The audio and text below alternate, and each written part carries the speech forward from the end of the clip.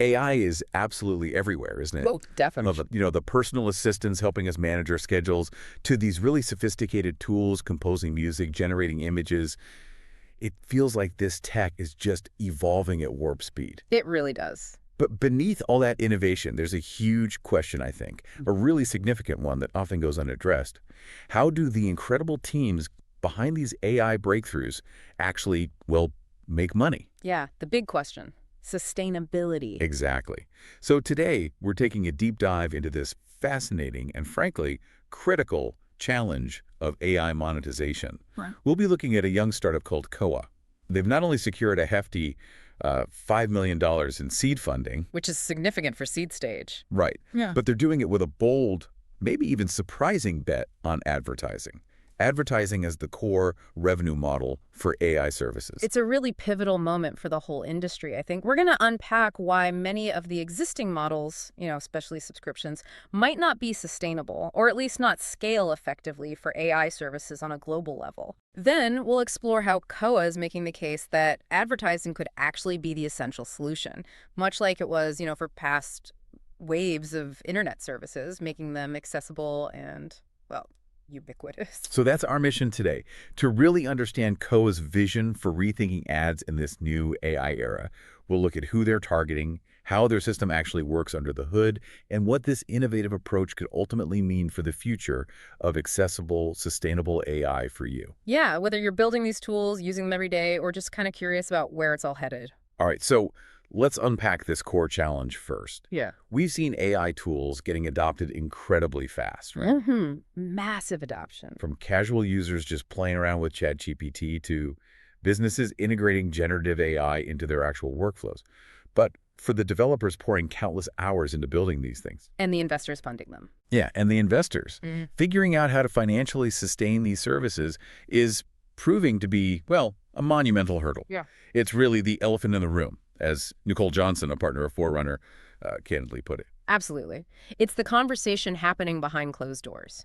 And while subscription models have certainly dominated that early wave of consumer AI products, think premium versions of chat tools or image generators. The $20 a month plans. Yeah, exactly those. Koah's co-founder and CEO, Nick Baird, he argues pretty pointedly that this approach just won't scale globally. That's a strong claim. So what changes, in his view, once these apps get beyond, let's say, the early adopters in tech hubs? Well, he explains that the moment these apps reach beyond San Francisco, as he puts it, the fundamental economics shift dramatically. Okay. I mean, consider this.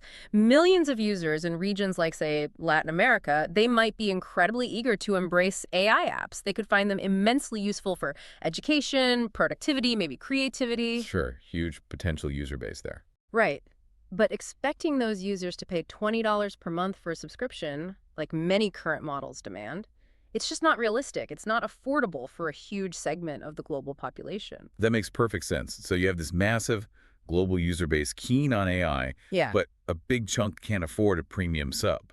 Meanwhile, the developers still face these substantial operational expenses. Mm-hmm. What are those costs exactly? Why are they such a barrier? Yeah, that brings up a really critical point for developers. They still face these significant high inference costs. That's basically the computing power, the resources needed to actually run these complex AI models. To generate the answers, the images. Precisely, to generate those real-time responses for every single user query. And that cost exists regardless of whether a user pays a premium fee or not. Ah, okay. The cost is there either way. Exactly. So this inherent cost structure, it needs to be supported somehow. And Baird believes advertising is, quote, the most viable solution to bridge that gap, to make AI more broadly accessible, but still financially viable for the creators. Okay, now, when we talk about advertising in AI, I think many people immediately picture, annoying pop-up ads right in the middle of a chat with something like ChatGPT. Right, that intrusive image. But Koah isn't actually positioning itself to provide ads for those giants, are they? They seem to be taking a much more nuanced approach, focusing on what they call the growing long tail of AI apps. Precisely. And this long tail, that's where a lot of the really fascinating innovation and, importantly, new user engagement is actually happening right now. What does that look like? It's a really diverse ecosystem. It includes everything from, say, niche assistants tailored for specific tasks, specialized education platforms, sophisticated creative tools, even regionally focused consumer So products. not the big general purpose AIs. Not primarily. These are the apps that cater to very specific needs. They often have passionate, engaged user bases, but they might struggle to find a broad enough paying audience for a subscription-only model. That's the key. Gotcha. Okay, so to give you a concrete idea of what we're talking about here. Koa is already powering ads in several interesting apps. We're seeing them in Lucia, which is an AI assistant popular in some regions. Heal, that's a parenting app designed for quick advice. Very specific use case. Liner, a tool for student research. Mm-hmm. And even Deep AI, which is more of a creative platform. They might not be the huge household names yet, but they really represent the breadth and potential of this long-tail market. And it's not just the app side that's growing and embracing this model. On the advertiser side, their early partners already include some pretty well-known names like Upwork, General Medicine, and Skillshare. Oh, interesting. So established brands see value there. It seems so. It indicates that businesses are seeing real, tangible value in reaching these engaged, contextually defined users within that specific AI ecosystem. Okay, that's interesting. So given this focus on, seamless integration, what do these ads actually look like for a user? How do they appear without being disruptive or feeling like that shoving a display ad into a chat experience Baird wants to avoid? Right, that's the million-dollar question, isn't it? Yeah. Baird is very clear. It's not about traditional banner ads or pop-ups. Koa's ads are, as they put it, designed to appear at relevant points during user interactions. It's all about deep contextual understanding. Okay, give me an example. Sure. Let's say you're talking to an AI assistant, asking for advice on the steps involved in building a startup. Okay. Koa's system might intelligently suggest freelance resources from a partner, like Upwork, right within the flow of the conversation. It's not a random interruption. So it feels like part of the answer. Exactly. It's about understanding what the user is really looking for and giving it to them in a helpful, context-rich way, almost like a relevant recommendation or a next step rather than an ad break. So it's anticipating a need, not just interrupting a thought. No more trying to sell me, car insurance when I'm asking for a recipe then. Hopefully not. That's the goal, at least. Yeah, it sounds like a very welcome change. But, Yeah. Traditionally, integrating ads into any kind of conversational interface, it's been difficult. User backlash is common. Definitely. There's often a lot of skepticism around their effectiveness, too.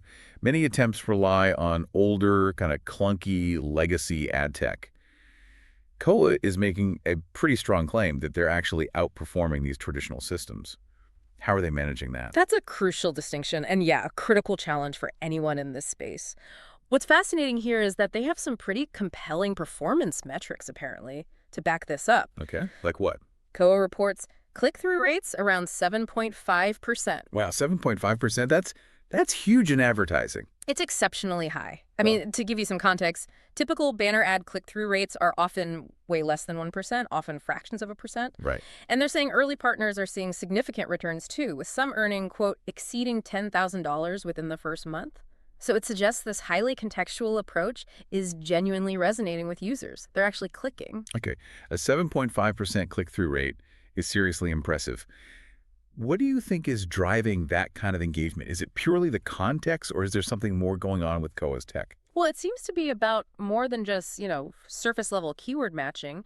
They claim they're analyzing the user's intent, the conversational flow, the specific context of that interaction. Deeper understanding. Exactly.